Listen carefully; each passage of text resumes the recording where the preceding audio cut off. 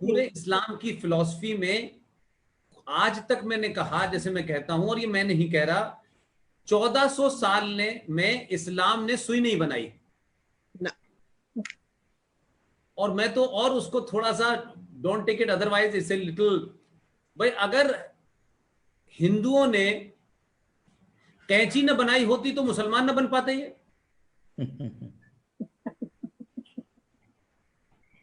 But मैं ये कह रहा हूं, लेकिन उनका दावा ये है कि अल्लाह ने सब कुछ बनाया है।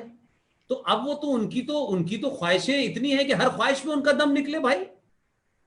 तो आप ये बताएं कि उन्होंने कुछ बनाया तो बता दें, एक बता दें। मैं कह रहा हूं, मैं सारी सारी सब छोड़ छाड़ के मैं तो कहीं चला जाऊंगा गंगा के किनारे, एक सुई बनाई हो कहीं 1400 साल में, वो इस्लाम इस्लाम इस्लाम। अब बताइए कमाल की, देखिए क्या कंट्रडिक्शन है। कहते हैं इस्लाम में शराब हराम है, यही कहते हैं, लेकिन हर मौलवी से काली दाढ़ी, सफेद दाढ़ी, गोल्ड टोपी, लंगूरी टोपी, अहमदिया टोपी, जिना टोपी लगाए हर मुसलमान आएगा टेलीविजन बताएगा, अरे तुम्हें नहीं पता, तुम जब यहां काफिरों से लड़ोगे।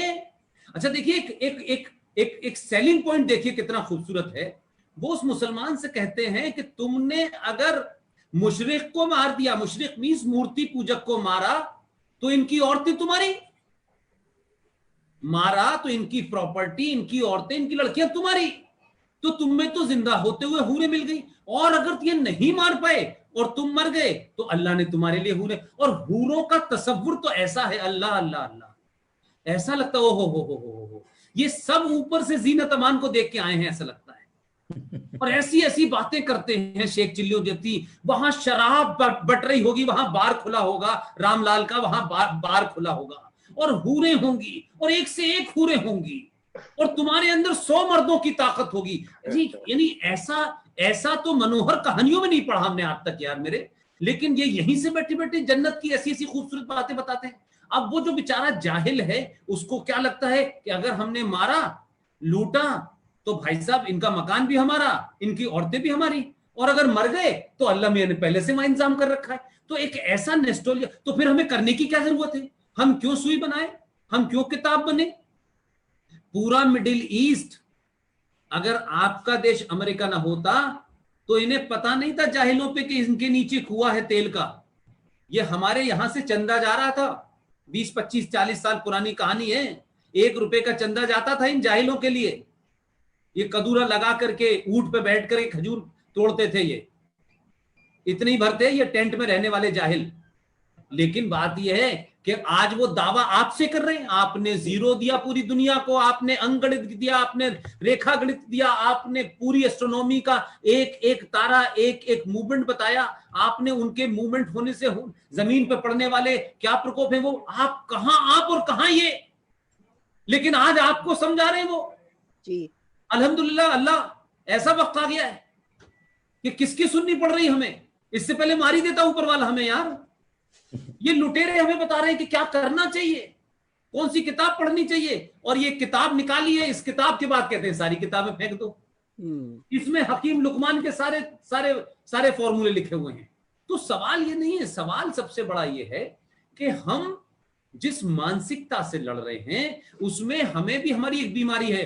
हम लोग काम करने, भाई हम तो देखो इतने साल से है और हमारा तो धर्म ऐसा है और हम तो महान अरे परंपराएं, महान आदर्श, आस्था, सरोकार वहीं जीवित रहते हैं जहां समाज एक आइडियल समाज होता है, जहां समाज में एक सिस्टम होता है। ये भीड़ तंत्र में यकीन रखते हैं। अरे इनसे कहा कि तुम फौज में चले जाओ, इसको लाइटर नोट पे समझिएगा। भारत में किसी मुसलमान ने आज तक कोई ये डिमांड की है कि हमारी बटालियन होनी चाहिए ना। ये मुझे बताया गया कि कहीं पर एक ह्यूमर में कहा गया कि कुछ लोग गए कि साहब हम चाहते हैं कि हमारी बटालियन होनी चाहिए फौज में। उन साहब ने कहा कि भाई वो देख लो, वहां पे दुश्मन का फौजी जो है ना वो बंधा नहीं होता, उसके हाथ खुले होते हैं, तो तुम्हें उससे लड़ना है। तो उसमें से एक ठीक ठाक समझदार मुसलमान उठा, उसने कहा भाई साहब हमें फौज में नहीं जाना, हमें तो बंधे हुए जानवर को मारना आता है, बाकी तो हमें आता नहीं है।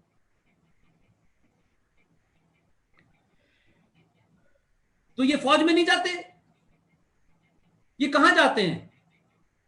आप जरा देखें ना, जमातों को देखें, लाखों की तादाद में, 40-40 50 पर, हमारे यहाँ 40 साल 50 साल का मर्द जो है वो दुनिया भर में जाने क्या क्या सोचता रहता है। उनका 40 साल का मर्द जो है वो सड़क पे खड़े होकर के जिहाद की बात करता है। हमारे यहाँ तो अरबों खरबों की प्रॉपर्टी में इतने मठ हैं, अगर उन मठों में से भी, उस प्रॉपर्टी में से भी जिस दिन भारत के मंदिर अपने पट खोल देंगे और ये कहेंगे कि रात के 2 बजे भी कोई भूखा, वो दलित हो, वो ब्राह्मण हो, वो ठाकुर हो, वो ये हो, वो हो, मंदिर की चौखट पे जो आ गया है वो भूखा नहीं जाएगा। ये देश की जो सबसे ताकतवर कम्युनिटी है उन्हें आप ओबीसी कह लीजिए। अब राजा सुहेल देव के बारे में पढ़ के पता चला कि जिसने मोहम्मद गजनवी के भतीजे को कितनी तरीके से मारा, वो सुहेल देव पासी कम्युनिटी के थे जी। तो आज आपकी जो ताकत थी उसको उन्होंने, यादवों को अलग करो, दलितों को अलग करो, यही तो वॉरियर थे। जिस दिन इनके लिए मंदिर के पट खोल देंगे ना और घर से भूखा नहीं जाएगा कोई मंदिर से, उस दिन हिंदू समाज में हर चौराहे के ऊपर एक स्वांगी नरसिंहा रंग मिलेगा, बहन मिलेंगी, ये सब मिलेंगे, अपने आप खड़े हो जाएंगे, ये ध्यान रखिएगा। लेकिन हमने धीरे धीरे धीरे धीरे आइसोलेट कर दिया, उनकी तकलीफ में नहीं गए, उनकी मजबूरी में नहीं गए, उनसे कभी हमने कंधे पे हाथ रख के दर्द नहीं पूछा, इसलिए आज वो आपसे अलग हैं। आप 100 करोड़ होते हुए भी आपका 1 करोड़ इकट्ठा नहीं है, उनके 25 करोड़ हैं, 25 के 25 करोड़ में 100% वोटिंग होती है, आपके 100 करोड़ में 10% वोटिंग होती है। वो ये जानते हैं कि हमें तो मकान बनाना है, गाड़ी खरीदनी है, बेटी को डॉक्टर बना के भेज देना है, अमेरिका भेज देना। जब अमेरिका में ये स्थिति हो जाएगी जो आप कह रही हैं तो कहां जाएंगी लौट के आप? आपको तो फिर यहीं आना है। बिल्कुल। तो हर भारतीय जो अमेरिका में है, हर भारतीय जो विदेश में है, वो भारत में जमीन खरीदे और एक हिस्सा यहां रखे। और आज आपको बताता हूं, ये जो वक्फ बोर्ड बना हुआ है इसके बारे में लोग नहीं जानते, भारत की धरती का मेजॉरिटी हिस्सा वक्फ बोर्ड के तहत मुसलमानों के पास। पुष्पेंद्र जी, तो वंदना पुष्पेंद्र लिखती हैं, राज्य लक्ष्मी जी जो भी पुष्पेंद्र जी के फॉलोअर्स हो जाता है, तो मैं आपकी फॉलोअर हूँ, ठीक है। मैंने तो पैसे से तो खूब कर दिया, ओके। मुझे, मेरे बच्चे भी सेटल्ड हैं, मेरा घर भी है, मेरे कार भी है, मेरे पास सब कुछ है। और जब भी मैं कोई खराब बात सुनती हूँ इंडिया में तो मुझे बड़ी जोर से गुस्सा आता है, मैं सोचती हूँ मैं टिकट निकलवा के अभी मैं जा रही हूँ वहां सड़कों पे, एंड तो अब मैं ये कह रही हूँ, क्योंकि मैं भी यहाँ से जा नहीं सकती, लेकिन मुझे वंदना पुष्पेंद्र जी बनना है लास्ट नेम, तो उसके लिए मुझे आपसे ये जो आप इतना अच्छे बोलते हैं, आपके पास पॉइंट्स होते हैं, क्या होता है कि जब भी हम कोई अपनी बात रखना चाहते हैं, हम बड़ी सेफ जोन में रखना चाहते हैं जहाँ सनातन धर्मी हो सारे, और हम लोग इतने डरते हैं बाहर बोलने। मैं तो नहीं डरती हूँ, मैं बता रही हूँ जनरल मानसिकता कि अरे हम लोग प्रीचिंग द क्वायर करते हैं कि जो हमारी बात सुनेगा सनातनी वो उसी से हम बोलेंगे, वरना 2 और लोगों से पिटाई हो जाएगी हमारी, और हमारे को पार्टी भी इसमें नहीं रहने देगा, हम साड़ी नहीं पहन सकते, हम लोग कूल नहीं लगेंगे। मुझे तो बिल्कुल भी डर नहीं है, और मैंने सबकी ऐसी की तैसी कर रखी है फेसबुक पे। पर मेरे को अगर आपसे सीखना हो to how to fight back with all these pointers, do you have a website that I can read up your material? Because मैं अपनी रिसर्च करने जाऊंगी कितना टाइम लगेगा, पर आपके पास तो ऑलरेडी सारा मटेरियल, आई कैन अगर इस जने से बात करें तो ये पॉइंट हो, अगर इस जने से बात करें तो ये पॉइंट है, मतलब मैं कंठस्थ करके उनको पिटाई करना चाहती हूँ।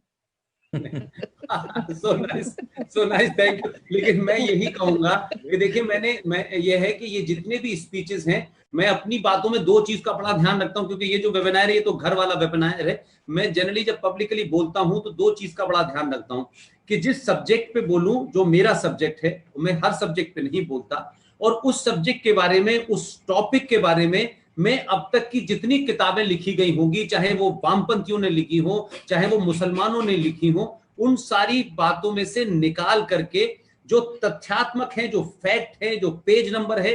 मैं बार बार, ये मुझसे कई लोगों ने कहा कि आपकी स्पीच का जो सबसे इंपॉर्टेंट एस्पेक्ट है वो ये है कि जो भी आप कहते हैं वो आपका नहीं होता। आप कहते हैं कि आप पाकिस्तान और पार्टीशन ऑफ इंडिया, ये किताब B.R. अंबेडकर की लिखी हुई है। ये अंबेडकर साहब ने इसमें इस्लाम के बारे में साफ साफ लिखा है, मुसलमान के बारे में साफ साफ लिखा है, पार्टीशन के बारे में लिखा है, किस पेज नंबर पे लिखा है। मैंने सिर्फ अपनी जो ट्रेनिंग जहां मेरी हुई, मैंने सिर्फ इतना ही सीखा है कि लोगों को इस डिलेमा में मत छोड़ो कि पुष्पेन जी ने ये कहा था, लेकिन यार पुष्पेन जी ने कहा था, लेकिन ये तो पता नहीं यार उन्होंने कहां पढ़ा था। तो मैं किताब का नाम भी बताता हूं, पब्लिशर का नाम भी बताता हूं, पेज नंबर भी बताता हूं, ताकि आप जब किसी इंटेलेक्चुअल कम्युनिटी के बीच में हो, बहुत बड़े लिबरल्स के बीच में हो, वो लिबरल आपकी बात से एक राय हो या ना हो, that's a different issue, but no one can pinpoint for an iota on your speech कि या आप मैडम ये बात आप गलत कह रही हैं, ये ऐसा नहीं था, ऐसा था। इसलिए फैक्चुअली होने के लिए मैंने फिर यही, मैं ये नहीं कहता कि मैं ही लास्ट हूं। Even you can listen the lecture of colonel RSN Singh. उनके घर की हालत ये है, किचन में किताबें, टॉयलेट में किताबें, बेडरूम में किताबें, फ्री ऊपर किताबें। तो मैं ये कह रहा हूं कि वो सब हम लोग कभी कभी पढ़ते हैं, कुछ बात वो मुझे बता देते हैं, कुछ में ये किताब आई है, मैं कोई किताब लाता हूं तो मैं उनको दे देता हूं। तो बहुत सारी किताबें, जैसे अब ये किताब है, ये एक सेम किताब है, ये सेम किताब है। अब ये किसी को पता नहीं था, मुझे कहीं से एक रेफरेंस हल्का सा पता चला और मैं इस किताब को लेके आया। और कभी कभी किताबें महंगी भी होती हैं और सारे पेज के लिए नहीं, किसी एक एजेंडे के लिए पढ़नी होती है मुझे। ये किताब के राइटर हैं सर C शंकरन नायर, ये कांग्रेस के अध्यक्ष थे। इन्होंने इस किताब में गांधी, ये किताब लिखी गांधी एंड अनारकी, और इस किताब में उन्होंने बड़ी खूबसूरती से 1920 में केरला में जो मोपला में एक तरफा हिंदुओं का नरसंहार हुआ था, मैसेकर हुआ था, कार्नेज हुआ था, कत्लेआम हुआ था, उसको बड़े विस्तार से लिखा। और जब इन्होंने गांधी जी से बात की तो गांधी जी ने कहा कि हमें दिल जीतना है मुसलमानों का, और इस सिलसिले में बात ही नहीं की। और यही साहब 1908 में मद्रास हाई कोर्ट के जज बने। अब कांग्रेस का अध्यक्ष है, वो गांधी के बारे में कह रहा है, तो ज्यादा अच्छा है। हम अगर नाथूराम गॉडसे से कोट करेंगे तो लोग कहेंगे देखिए देखिए यार ये राइट विंगर लोग हैं, ये तो नाथूराम जैसे आदमी की। नाथूराम गॉडसे को कभी कोट करने वाला समय आ जाएगा जब देश में जहन बन जाएगा कि नाथूराम गॉडसे भी था, लेकिन अभी समय नहीं आया है। अभी आपको झूठे को, हमारे यहाँ अलीगढ़ में हमारे एक दोस्त थे, वो ये कहते थे कि झूठे को घर छोड़ के आना चाहिए, बीच रास्ते में सा ना आ जाए कहीं। तो जो आज हमारा चैलेंज है वो उन तथाकथित महान वामपंथियों से है, लिबरल से है, जो बड़ी बड़ी बातें किताबों की भारी मैं उन्हीं की किताब में कोट करता हूं, अपनी करते ही नहीं हूं कोट। मैंने कभी आज तक किसी राइट विंगर की किताब कोट नहीं की। इसलिए जब आप ये बात कहती हैं तो ये मेरे मुंह से अच्छा नहीं लगेगा। ये इस लिटिल, आपको पब्लिक 24x एक चैनल है, पब्लिक 24x चैनल है। जितनी भी भाषण में RSN देते हैं उसमें जिस दिन भी कोई ये डॉट बरा, हाँ ये मैं मानता हूं कि सम टाइम ह्यूमन एरर से 1528 की 1527 हो सकता है, इतना तो मार्जिन आप दीजिए, क्योंकि हम एक्सटेम्पोर बोलते हैं, हम पढ़ पढ़ के नहीं बोलते।